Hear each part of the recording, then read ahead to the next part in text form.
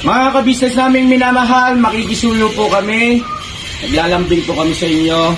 Kumari po sana ay pakisuportahan natin Alminda Cariaga Mix Vlog. Alminda Cariaga Mix Vlog. Right? Alright! Bira! Bira! Hi everyone! Welcome back sa ating YouTube channel. Ito po ang inyong lingkod Alminda Mix Vlog na bumabati sa atin. Magandang gabi mga kabisnes, mga kapapi. Magandang umaga sa atin sa Pilipinas. Kumusta na po ang ating mga OFW dyan? Ang ating magigiting na OFW. Kumusta na po kayong lahat? Bago natin umpisahan ang ating reaction video, ay baka sakali pong hindi pa kayo nakapag-subscribe sa aking munting bahay, pakipindot na po ng subscribe button dyan at yung notification bell para updated tayong lahat. At huwag natin kalimutan i-subscribe ang ating Kabisnes Official, Papa Dins TV at Kabisnes Family at ang tatlong kagwangs po, ang kagwang Intoy Official, kagwang Boknoy Official, and kagwang Bay Official. Huwag din natin kalimutan suportahan ang aking mga kasamahang reactor, Taong Gala Vlog, Anime Reactors TV, Mampers Channel, Kalingap Turak Vlog, PLC Katangay Vlog, Analisa Reality TV, MK Inday Okray Chan TV, at Kamix Vlog po. Yan po ang lahat ng ating mga magigiting na reactors, mga kasamahan natin.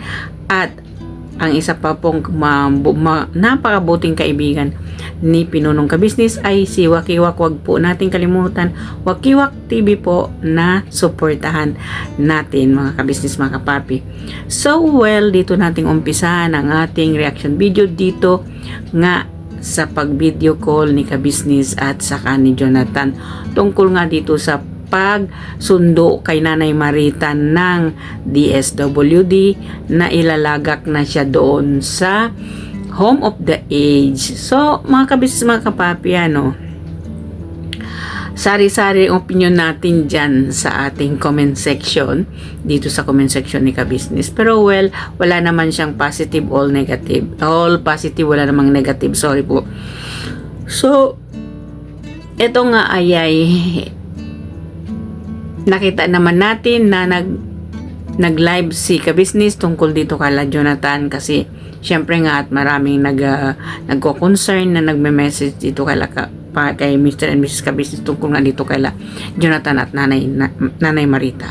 So at ito'y nakipag-ugnayan si Kabisnes dito kay Boss Wakiwak na pangsamantala siya muna ang mag-aasikaso kay Jonathan at itong si Nanay Marita nga ay kukunin na ng DSWD para doon na siya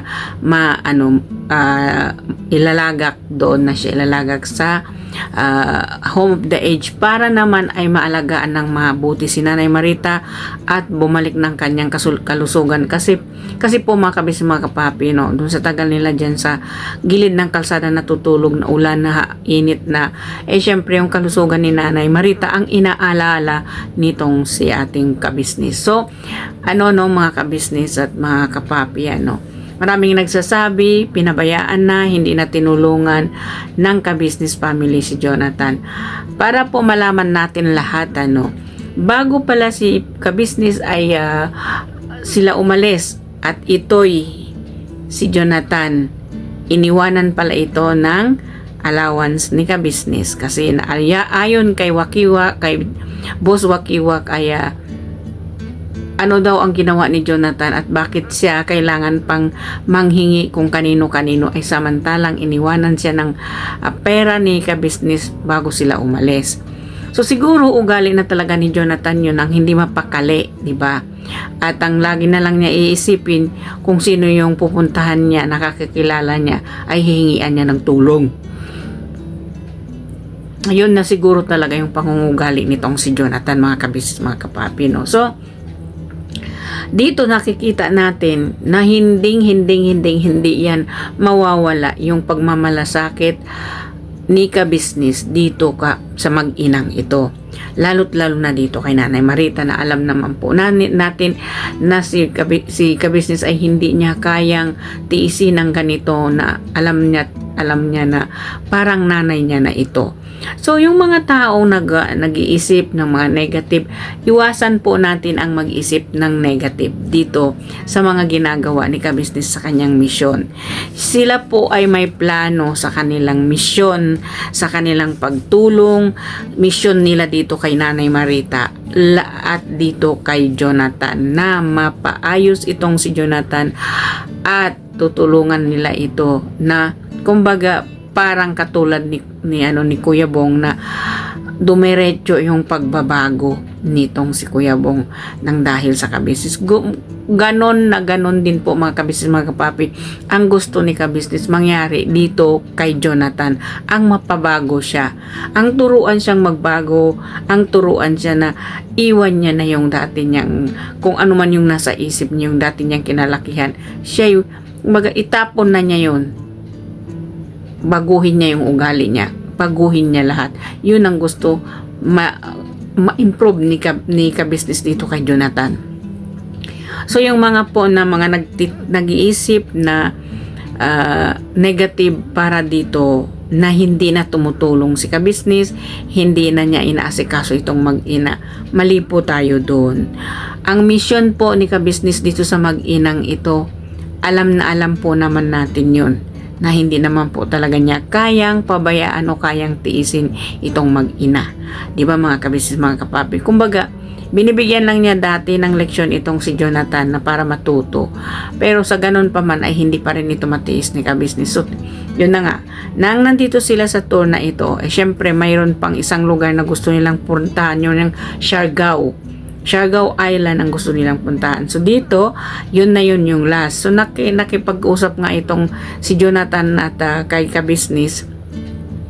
Nakita naman natin na ang iyak na naman ni Nanay Marita no, pag makikita niya talaga si Kabisnes. So, intindihin po natin yun mga Kabisnes, mga kapapi, ano. Wag na po natin yun, wag na po natin bigyan yun ng ibang kahulugan. Alam naman po natin na yung mga matatanda ay napaka-emotional na yan. At lalong-lalo na itong si Nanay Marita, hindi na niya kasi iniisip si Kabisnes ay ibang tao na. Kumbaga iniisip niya na parang anak niya na itong si Kabisnes. Nandun na po tayo. Talagang ganun naman po talaga ang mga tumatanda na lalo't na may ganyang dinaramdam ay matitigas naman talaga yung ulo. Kumbaga itong mga magkakaedad na yung mga tulad ni edad nitong si Nanay Marita ay medyo may pagkatigasan na po talaga niya ng ulo. Ganyan naman talaga po lahat ng mga yung tumatanda na wag po natin yung isipin na ganon si Nanay Marita. Isipin na lang po natin kung paano sila ay mailagay sa maayos o maging maayos na yung kalagayan ni Nanay Marita. Wag na po nating isipin kung ano yung dati, kung ano po yung nakaraan, kung ano po yung ginawa nilang nakaraan na nasaktan or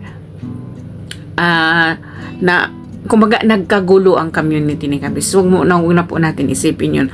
Ang isipin na lang po natin ngayon mga Kabisnes, mga kapapi, kung paano natin suportahan sa ating mga panonood dito kay Kabisnes ang tungkol dito kay Jonathan. Subaybayan na lang po natin yun. Diba? Andyan na lang man po si Kabisnes umaalalay sa kanila na hindi po sila pinabayaan at hindi po sila binitiwan ni Kabisnes. Tuloy po ang mission ni Kabisnes dito sa mag-inang ito. So alam naman po natin yon mga Kabisnes, mga kapapi. Lahat naman ng nahawakan ni Kabisnes na tinutulungan ay hindi naman niya binibitiwan as long as lang talaga ay yung parang maiba yung isip tulad naman ng dati na ang swerte kung naalala po natin yung si Dexter, di ba? So yung kasalanan na po nila yun kung ginawa nilang ganun. Pero dito naman po kay Jonathan at saka kay Nanay Marita, hindi naman po sila umalis, hindi naman po sila lumayo, nandyan pa rin sila malapit kay Kabisnes. Kaya yung mga iniisip natin tungkol dito kay Nanay Marita na matigas ang ulo niya. Natural na lang po talaga 'yun sa mga katulad nilang may pagkaedad na, at saka hindi, kumbaga si itong si Nanay Marita wala kasing nag-aalaga sa kanyang anak niya na pwede siyang alyuhin o pwede siyang pagsabihan o pwede siyang bigyan ng totoong pagmamahal, kasi alam naman po natin, oo, nakikita natin itong si Jonathan, kahit naman ganito itong si Jonathan, hindi pa rin niya iniwan yung nanay niya. Kumbaga, dinamayan niya yung nanay niya, inalagaan na pa rin yung nanay niya, kahit na alam niyang ganito na ang sitwasyon ni Nanay Marita. Siyempre, mga kabisnes, mga kapapi, mayroon naman talaga anak. Kung ganito na ang sitwasyon ng nanay, ay ilalagak niya na ito doon sa home of the aged, ay para hindi, wala na siyang maalagaan. Pero si Jonathan, hindi niya pababayaan yung nanay niya, kahit magkasama silang sa kalsada natutulog, pero never niya iniwan yung nanay niya, di ba? So, ibig sabihin lang talaga, mapagmahal din siya. Yun lang nga, ang kakayahan kasi ng pangingisip ni Jonathan ay hindi mo basta-basta siyang mapasunod, o hindi mo basta-basta siyang papagsabihan kung ano yung dapat niyang gawin. Kumbaga, may sarili siyang desisyon na yun ang pinaglalaban nitong si Jonathan, di ba?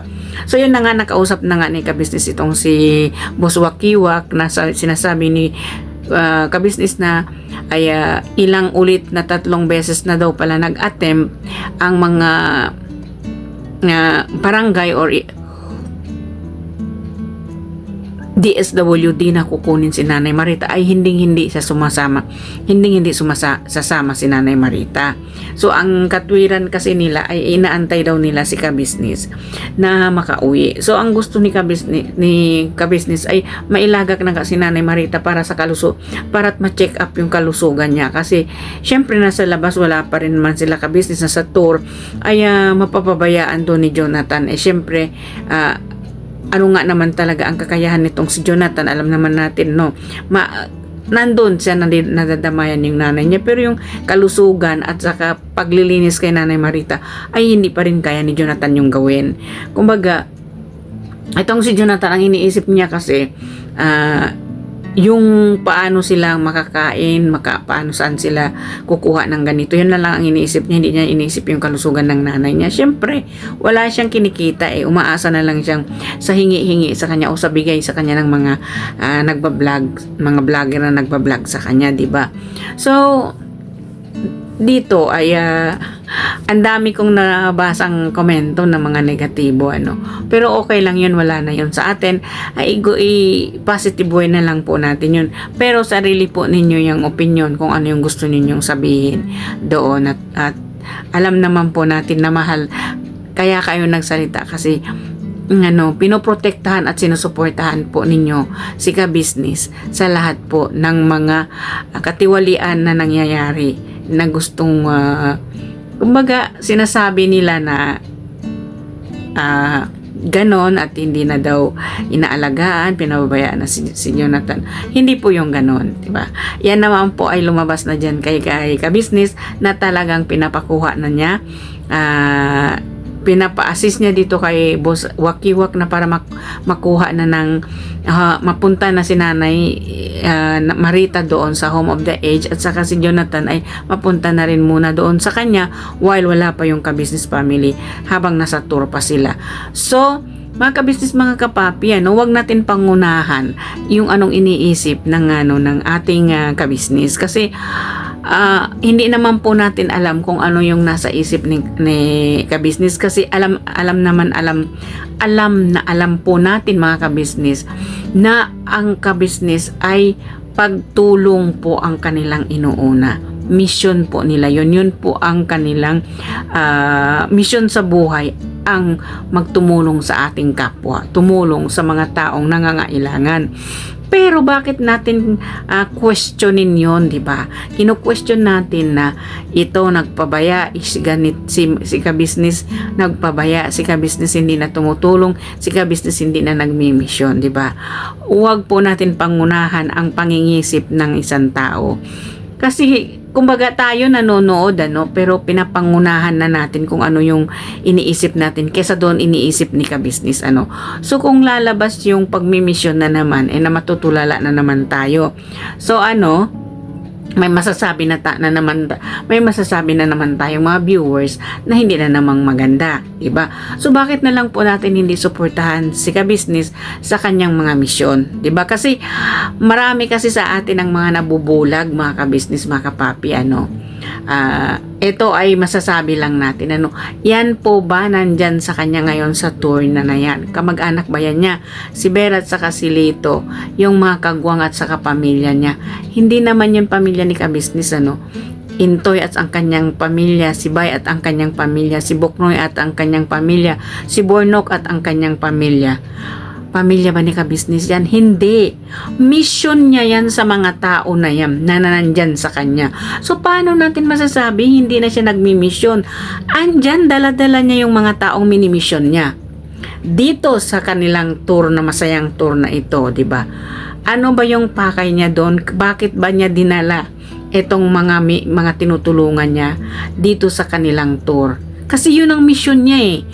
Gusto niyang tulungan, gusto niyang ipakita dito sa mga taong inaarugaan na itinutulungan niya kung paano yung kagandahan ng isang family Ka-Business na mag-alaga sa kanila.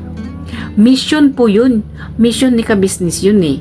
Kasi pag hindi niya yun mission, pag iba yun, bakit ko dadalin na magtutur na ako yung gagastos na hindi ko naman sila kamag-anak? Pero hindi, di ba? Free lahat ang pagtutur na ito. Walang gagastusin yung mga kasama. Sagot ni Ka-Business yun. So, paano natin masasabing hindi mission yun? Mission po yun. Kahit nasabihin natin, nandun yun, kasamahan naman ni Ka-Business yung mga kagwang, yung mga nandun sa kanya na tinutulungan niya. Mission niya yun sa mga taong tinutulungan niya na dadalhin niya mag-tour, mamasyal, ikutin ang Pilipinas. Yun po ang mission ni Ka-Business doon. So, huwag nating isipin itong si Ka-Business ay hindi na nagmi-mission. Kumbaga paulit-ulit na lang po natin sinasabing mission ni Ka-Business ang tumulong, ang ampunin yung mga taong nakikita niya na karapat-dapat ampunin niya at kumbaga sa pangangalaga niya. Yun po ang mission niya yun. Mission niya yun eh. Mission na dalang pamilya at pagmamahal. Ang mission ni Ka-Business dito sa kanyang mga inaalagaan o inaaruga ngayon, di ba? Isa pang mission niya na hindi niya yan pwedeng kalimutan. Ang mission niya kay Jonathan at dito kay Nanay Marita. At ang mission niyang tumulong sa mga taong higit nangangailangan, di ba? Mission niya po yun. So, titignan natin ang panibagong mission ni Ka-Business pagbalik nila nang galing sa kanilang tour. Itong tour nila itong 2024, di ba? Nakita naman po natin yon, mga Ka-Business, mga kapapi. Kahit saan mang dako ng mundo si Ka-Business, andun pa rin sa kanya ang mission sa pagtulong. Yon, greet and meet dyan sa Davao. Ano po yung namimigay sila dyan? Di ba? Tulong po yun, mission po yun. Yung subscriber po niya na nag-aabang sa kanya, binira niya yun. Tulong po yun. Kahit man saang mapadpad na lugar si Ka-Business, hindi pa rin niya makalimutan ang kanyang pagtulong sa ating mga kababayan. So mga Ka-Business, mga kapapi, stop thinking negative about Ka-Business. Nasa puso pa rin ng Ka-Business ang kanyang pagtulong. Alam niyo po mga Ka-Business, mga kapapi, hindi matutungbasan ang pagmamahal ni Ka-Business sa kanyang mga tinutulungan. Walang makakatumbas doon. Hindi yung matumbasan ng pera, hindi yung matumbasan ng ginto ang pagmamalasakit at pagmamahal ni Ka-Business sa kanyang tinutulungan. Diba mga Ka-Business, mga kapapi? So, well, bakit po hindi na lang natin isipin ang ating positive think? Tanggalin na po natin ang mga negative things natin at ang negative dyan sa comment section ni Ka-Business. maging masaya na lang po tayo sa kanyang misyon. Kasi kung nabulag man ang mga ibang viewers na hindi nila alam, yan pala sila Intoy at mga Bay Papaya, Intoy at si Boknoy, si Bornok, si Bong at yung mga kasag ni Papa Dins.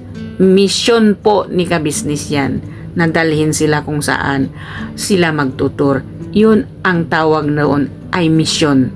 Kaya wag na po natin lagyan ng negative ang ating mga pangingisip, 'di ba? Gumising na lang po tayo na ang Kabisnes nandyan pa rin ang pagtulong sa kanyang puso, 'di ba? Kasi hindi naman po natin lahat na pwedeng idikta doon sa taong tumutulong kung ano yung gusto natin, kasi nasa isip at puso na niya yun, yung pagmimisyon. Kaya eto na lang mga kabisnes, mga kapapi, hanggang dito na lang po itong aking reaction video. Sana nagustuhan po ninyo ang aking reaction video na ito, at sana po ay paki-subscribe po ninyo ng ang aking munting bahay, at paki-share and like ng aking mga video. Mga kabisnes, mga kapapi, hanggang dito na lang. Ito po ang inyong lingkod, Alminda Mix Vlog, nagsasabing magandang gabi dito sa Middle East, magandang umaga sa atin sa Pilipinas. Shout out po sa mga OFW dyan na nag-subscribe sa akin sa UAE, sa Saudi Arabia, dito po sa Bahrain. Maraming salamat. At huwag po natin kalimutan mga ka-OFW, mga aking taga-Sambuangang kababayan, isubscribe po natin ang ating pinunong Kabisnes, Kabisnes Official Papa Dins TV at Kabisnes Family. Mga taga-Sambuanga, huwag po natin siyang kalimutan. So, hanggang dito na lang. May Allah bless us all. Bye-bye po. Bira banat lang mga kabisnes. Babush. See you again.